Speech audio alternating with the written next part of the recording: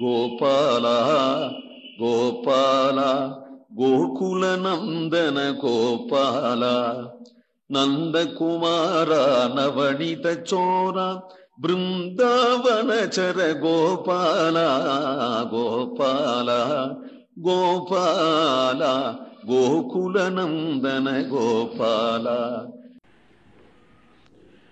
ஆய்ச்சிமார்கள் எல்லாரும்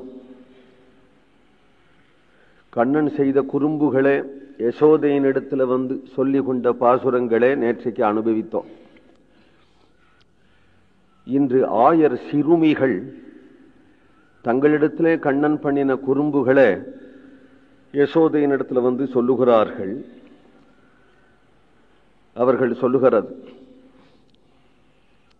ஆற்றில் இருந்து விளையாடுவோங்களை சேற்றால் எரிந்து வளை துகில்கை கொண்டும் காற்றில் கடியனாய் ஓடியாகம் தூக்கு மாற்றமும் தாரானால் இன்று முற்றும் வளைத்திரம் பேசானால் இன்று முற்றும்.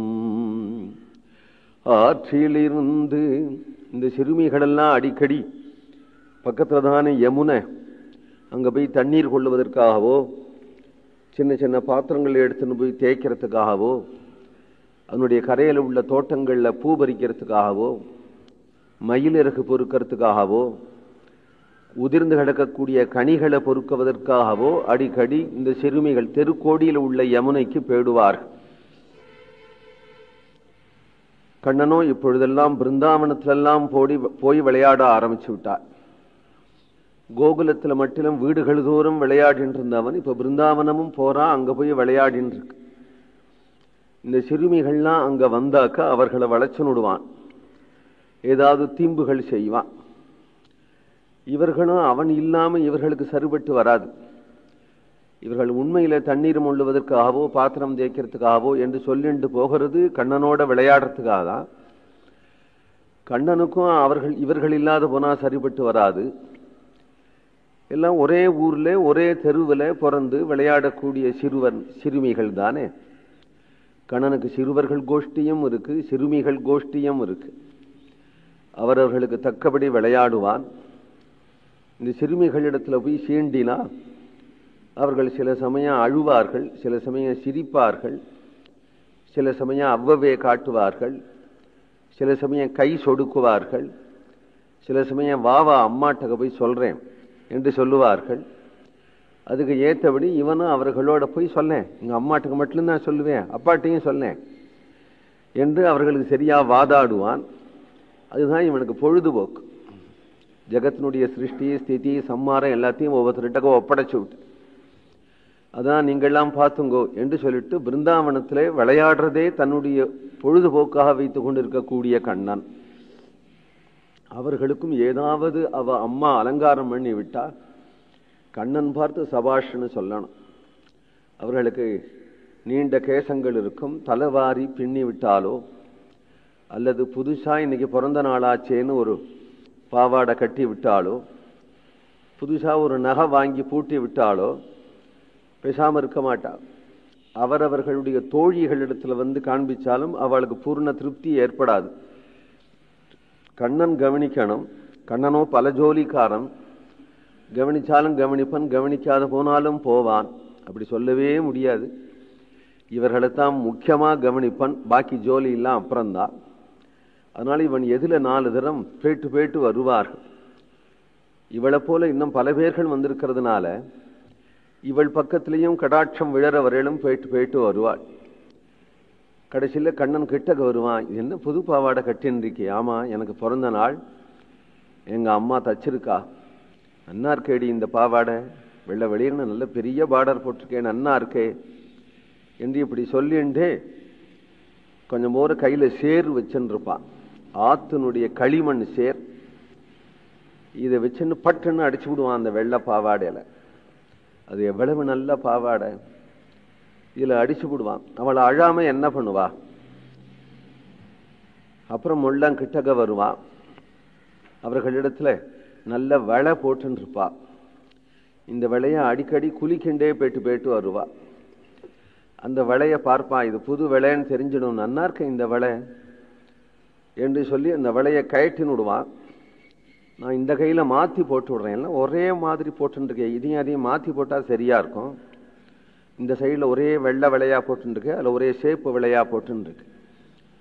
இவ்வாறு சேப்பு விளையா போட்டு அப்புறம் நடுப்புற 3 விளை வெள்ளை விளையா போட்டு அப்புறம் சேப்பு விளையா போட்டா எவ்வளவு அழகா இருப்பார். ஒரே மாதிரி போட்டுருக்கியே, நான் மாத்தி விடுறேன் என்று சொல்லிவிட்டு அந்த விலையெல்லாம் கழிச்சுண்டு ஒடியே போயிடும், போடவே மாட்டான். இவர்கள் துரத்திண்டே ஓடும், இங்க வா இங்க வான்.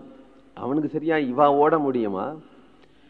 இவ துரத்த அவன் துரத்த இவன் துரத்த அவன் துரத்த ஆத்துக்குள்ள போய் நுழைஞ்சு விடுவானா. நுழைஞ்சு ஏ கண்ணா ஏ கண்ணான் ஒரு முக்கம் தரிக்க மாட்டான். இருக்கேன் அப்படின்னு சொல்லக்கூடாதோ, இது வந்துட்டேன் அப்படின்னு சொல்லக்கூடாதோ, சொல்ல மாட்டான். ஆற்றிலிருந்து விளையாடுவோங்களை சேற்றால் எரிந்து வளை துகில் கை கொண்டு காற்றில் கடியனாய் ஓடியாகம் பூக்கு, காத்தை விட வேகமாக ஓடி வீட்டுக்குள்ள புகுந்துண்டு மாற்றமும் தாரானால் என்று முற்றும். மாற்றம் ஒரு மறுமொழி, இதோ வந்துட்டேன் அப்படின்னு சொல்லக்கூடாதோ. உள்ள இருக்கானா இல்லையான்னு சந்தேகமா இருக்கும். உள்ளதானே ஓடினா வாசலன் இருக்கிறா, உள்ள போனா அம்மாவுக்கு தெரியாது, இவன் ஒண்ணுமே செஞ்சிருக்க மாட்டான்ங்கிறாப்புல நிப்பனான் ஒரு ஓரமா. மாற்றமும் தாரானால் என்று மூற்றும். அது சேர பாவடியாவது இடுப்புல இருந்தது, சேரப்பட்டா சோப்பு போட்டா சரியா போயிடும். வளைய கொண்டு போயிட்டானே, அங்கே என்ன இப்படி கதவண்ட வந்து எட்டி பார்ப்போம், ஏ கண்ணா எங்க வளை என்னடா ஆச்சு, எங்க வளை என்ன ஆச்சு, வளை என்ன ஆச்சுன்னு கேட்டா வளை தீரம் பேசானால் என்று முற்றும். வளை விஷயமா பேசவே மாட்டான்.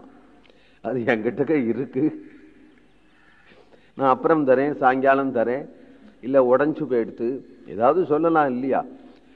அது விஷயமா பேச, பாக்கி எல்லாம் பேசிட்டு இருப்பான். எங்க எங்க வந்து எழுப்போ, யமுனக்கரையிலேருந்து வரையலா, பூ பறிக்கிறதுக்கு போனேளா என்றெல்லாம் கேட்பனே தவிர வளை எங்கிட்ட தானே இருக்கு, ஓம் விளையா எங்கிட்ட இருக்குன்னு பேசவே மாட்டேன். வளை தீரம் பேசானால் என்று முற்றும்.